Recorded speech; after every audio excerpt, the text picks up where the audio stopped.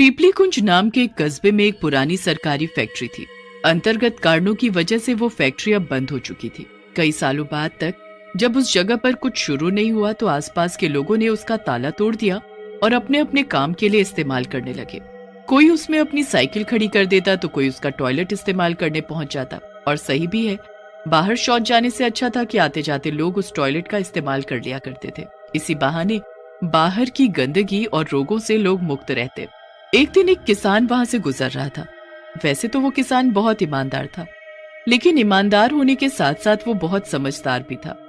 अरे भाई, हमें तो बहुत जोर से संडास आया है, क्या करें, कहाँ जाएं हल्का होने। तभी उसे सामने से आता हुआ साइकिल पर एक आदमी दिखता है। किसान उसे हाथ देकर रोकने लगता है। अरे भैया, जरा रुक जाओ तो। ओ भैया, रुको, अरे रुको ना। किसान को बुलाता देख वो आदमी अपनी साइकिल रोकता है और उतरकर पूछता है, अरे का है गो भैया, काहे भरी धूप में तिलमिला रहे हैं खड़े खड़े हैं? अरे भैया, क्या बताएं, अंदर का मामला गड़बड़ाया हुआ है। यहाँ कुछ दिखाई भी नहीं दे रहा जहाँ हम संडास जा सके, और हम बाहर जाना नहीं चाहते। अरे भैया, ऐसे में कौनो ई सब देखता है का? जहाँ मौका लगे हो आओ, वरना धोती पीली कर ली हो अपनी। अरे भैया, ऐसा मत बोलो। तू का है ना, सरकार इतने नियम चला रही है सफाई पर, और हम खुद लापरवाह नागरिक नहीं बनना चाहते। हाँ,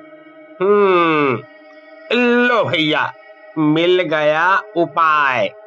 फैक्ट्री देख रहे हो, वहाँ जरूर कौनो टॉयलेट बना होगा। फिर आओ अंदर ही, कौनो नहीं देखन को है यहाँ। हाँ, बता के वो आदमी अपनी साइकिल पर आगे निकल जाता है। ये फैक्ट्री तो बहुत पुरानी मालूम पड़ती है, पर कोई नहीं, हमें तो बस हल्का होने जाना है। अब क्या कर सकते हैं, बीच रास्ते में समस्या पड़ गई तो। ऐसे ही खुद से बात करते हुए वो फैक्ट्री की तरफ बढ़ने लगता है और अंदर जाकर टॉयलेट ढूंढने लगता है। अब शौच नोटिस दे के तो आती नहीं, आ गई तो आ गई अब। और वैसे भी किसी को पता भी नहीं चलेगा। ऐसा करके हम सरकार के नियम ही तो मान रहे हैं, सड़क को गंदा ना करके। हम तो अच्छा ही काम कर रहे हैं। अरे चलो भाई, बहुत जोर से आई है। जल्दी से उद्घाटन कर लिया जाए इस टॉयलेट का। हाँ। पर जैसे वो टॉयलेट में घुसता है, टॉयलेट का दरवाजा अपने आप बंद हो जाता है। किसान टॉयलेट करने बैठता ही है कि तभी जोर से कुछ गिरने की आवाज आती है। पहले तो वो डर जाता है, लेकिन फिर सोचता है कि फिर अचानक किसी औरत के जोर जोर से रोने की आवाज आने लगती है। कौन है? अरे कौन है वहाँ? मैं पूछता हूँ, कौन है वहाँ? आवाज बंद होने की जगह और तेज होती जाती है। डर के मारे किसान जल्दी जल्दी अपनी धोती बांधता है और टॉयलेट का गेट खोलने के लिए खींचता है, लेकिन दरवाजा नहीं खुलता। कौन है भाई उधर? क्यों रो रही हो? और रोना तो ठीक है, पर ऐसा मजाक क्यों कर रही हो हमारे साथ? हमारा गेट खोलो, हमें घर जाना है। अरे हमारा गेट खोलो। अचानक से उसका गेट खुल जाता है और रोने की आवाज अब बंद हो जाती है। वो नीचे भागते हुए जाता है। अभी वो फैक्ट्री से बाहर भी नहीं जा पाता। तभी एक बार फिर से औरत के रोने की आवाज आने लगती है। क्यों मेरे साथ मजाक कर रहे हो भाई? कौन है?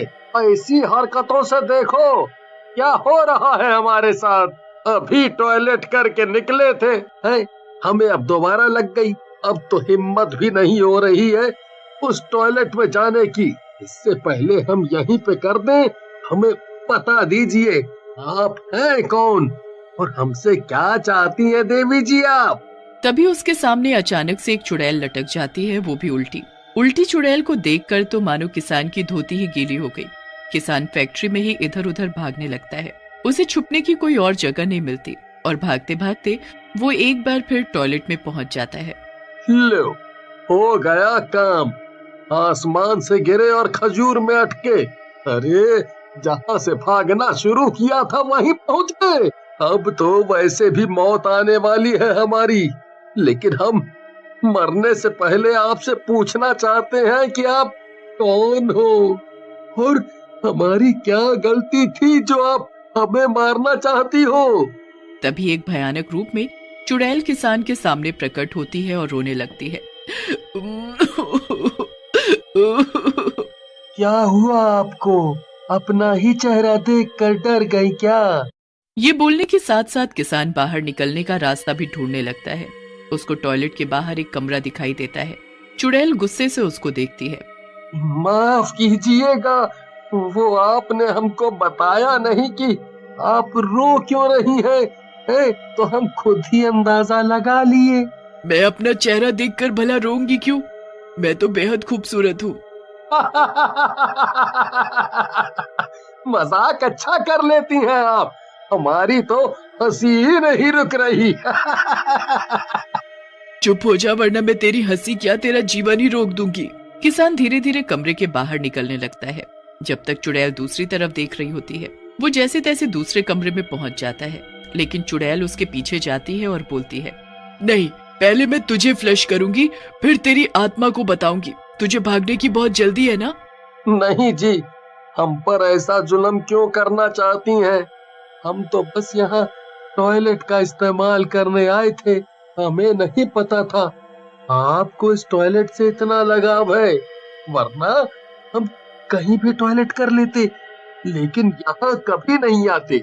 मुझे इस टॉयलेट से कोई लगाव नहीं है।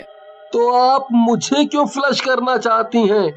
हम तो बड़े सीधे साधे आदमी हैं, हमने तो कभी किसी का कुछ बिगाड़ा भी नहीं, और अगर हमें जरा भी भनक होती इस जगह पर आपका साया है, तो हम टॉयलेट का इस्तेमाल तो क्या इस रोड से जाना भी छोड़ देते।